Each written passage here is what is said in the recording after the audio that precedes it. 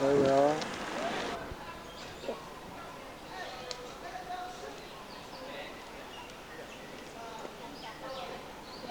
I'll bring back to the ship. Ice cream too. This is in the main street, I think Jamestown. Been up there somewhere for an ice cream.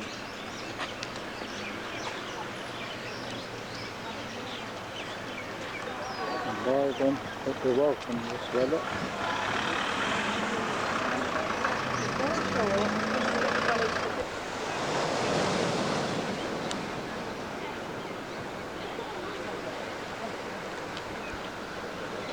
There's my last been up an ice cream. Jamestown, St. Helena.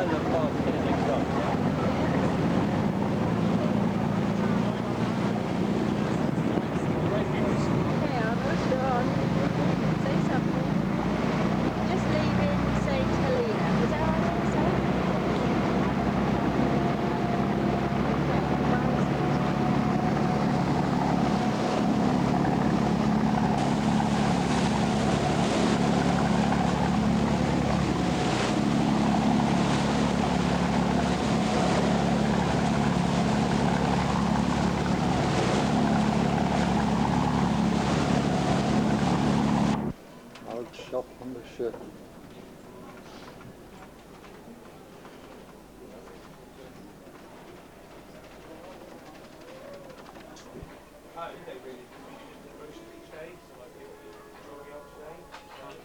I thought I'd take a few of the shops on the ship.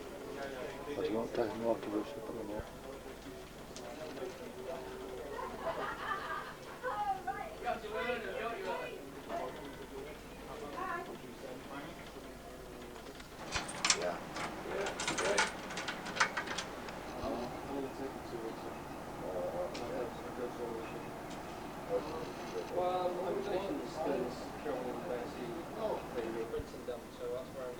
Frontier shops.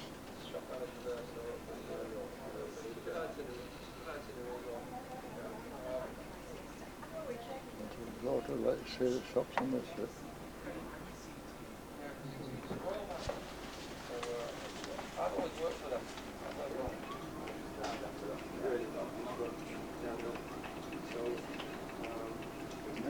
More shops.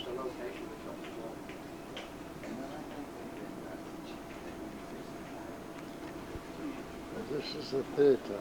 They're not allowed to take women there in the evening and have shows on.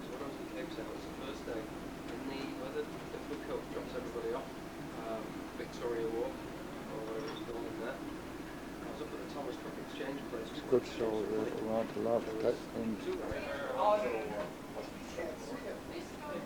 There's the objective. She's shopping again, my lass.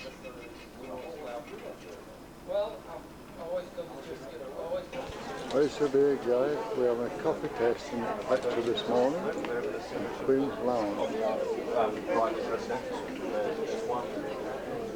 hope I could taste a little bit of it. Good morning to you all. It's nice to have you with us. We're very pleased that Mr. Tony Wild has joined us again. He first introduced St. Helena coffee to the world in 1989, and since then has gone on to help develop it in the world's most exclusive, expensive, and as the world's most exclusive, expensive, and sought-after coffee in the USA and Japan. He has intimate knowledge of St. Helena from the twin perspectives of its coffee and the history of the East India Company, which are inextricably linked. And he did have the opportunity to visit several coffee plantations and growers. And today he's going to bring to you some of his finds, and he's going to actually we have an opportunity for a coffee tasting demonstration, a proper tasting demo. And with that said, if you'll please welcome Tony Wow.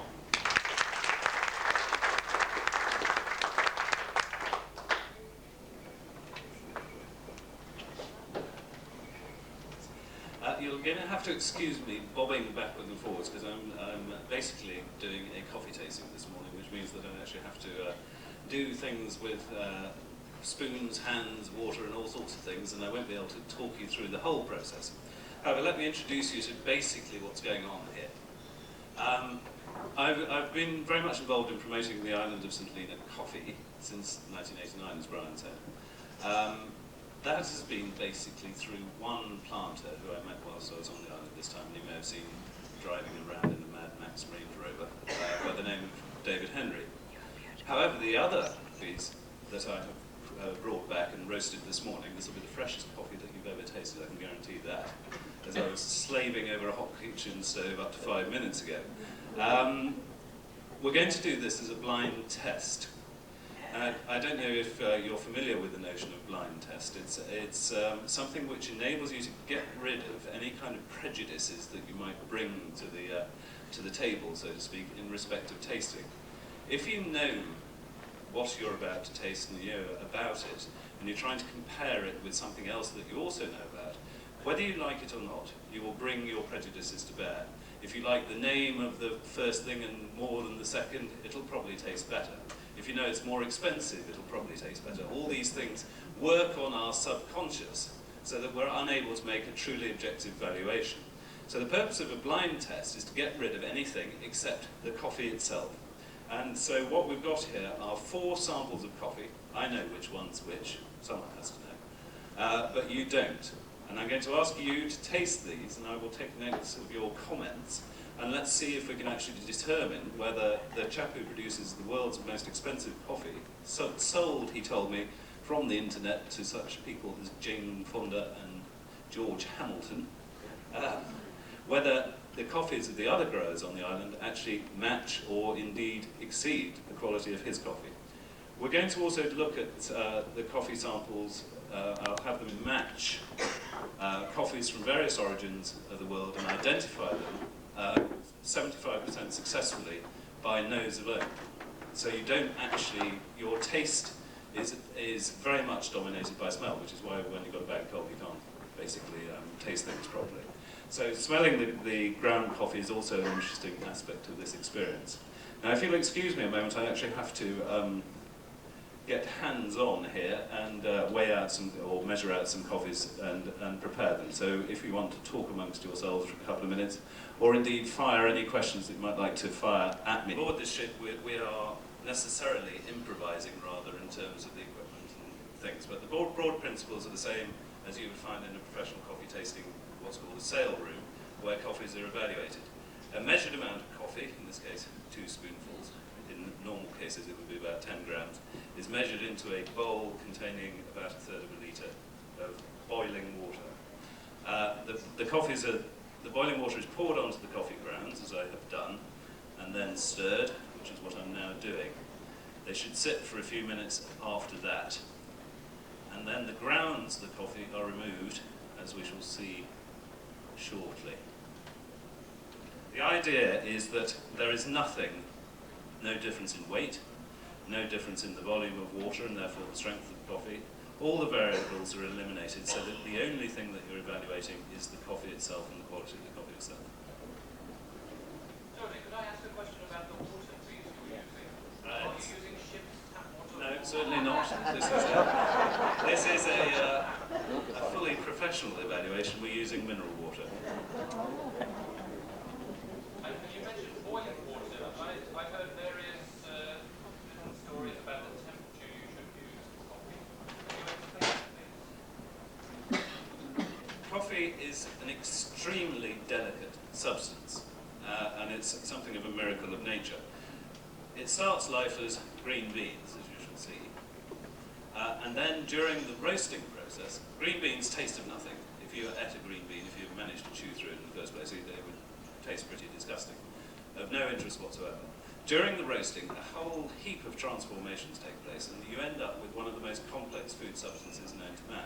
Something like 700 different flavour and aroma components emerge during the roasting process of coffee. It's a little bit like alchemy. From something very dull and ordinary, you get something wonderful and extraordinary. Now, those 700 flavour components are by and large volatile oils, and being oils, they're subject to rancidity, which means that they can be attacked by oxygen or indeed by other mistakes, such as putting extremely hot boiling water straight onto the coffee.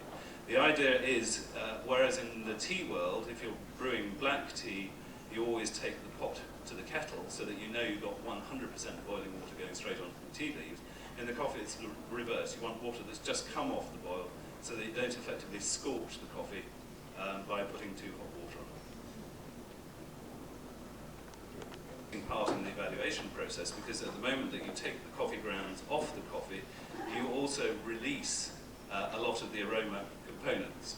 So as you'll see, I'll actually sniff the coffee at that particular point to get the first information, if you like, about the quality of the coffee.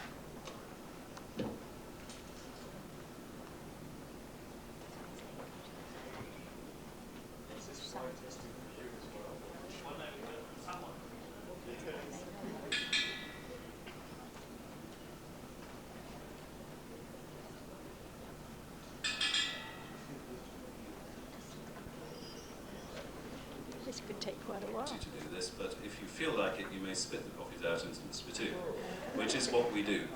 But if you want to swallow it, that's fine. The important thing is to dip the spoon in the water between each tasting, and the actual tasting process itself is extremely important too.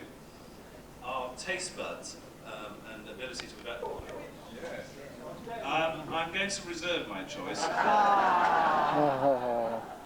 because they are all quite similar, but I need to be under rather more controlled circumstances to make a fair evaluation of the ones, which is one of the key elements. It has the undertones are richer as well. The other one. There's my missus with a food from QE2.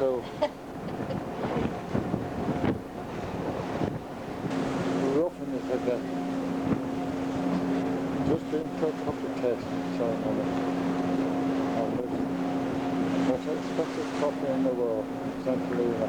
We'll bring some home for Gary. There's Arnold, having a rest too. We're going to have a rest before lunch.